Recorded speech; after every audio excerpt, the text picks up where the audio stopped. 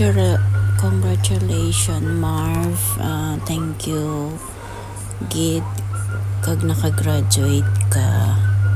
Hindi ko nakalain na matapos mo yung K-12 mo kasi lagi kang absent, ganon.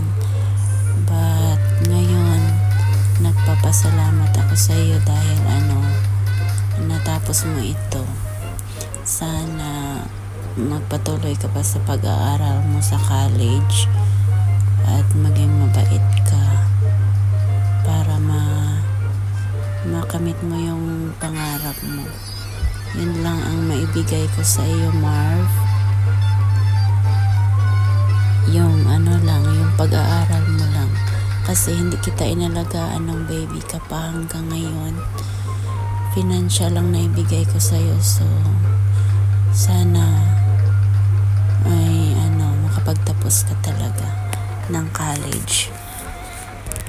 And thank you at yun na nga, natapos mo yung K-12 mo. Love ka ni nanay.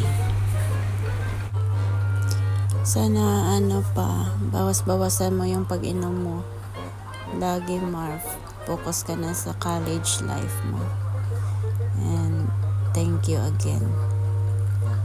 Miss you, anak. Kag halong ka permi sa mga biyahe mo, ha. Love you.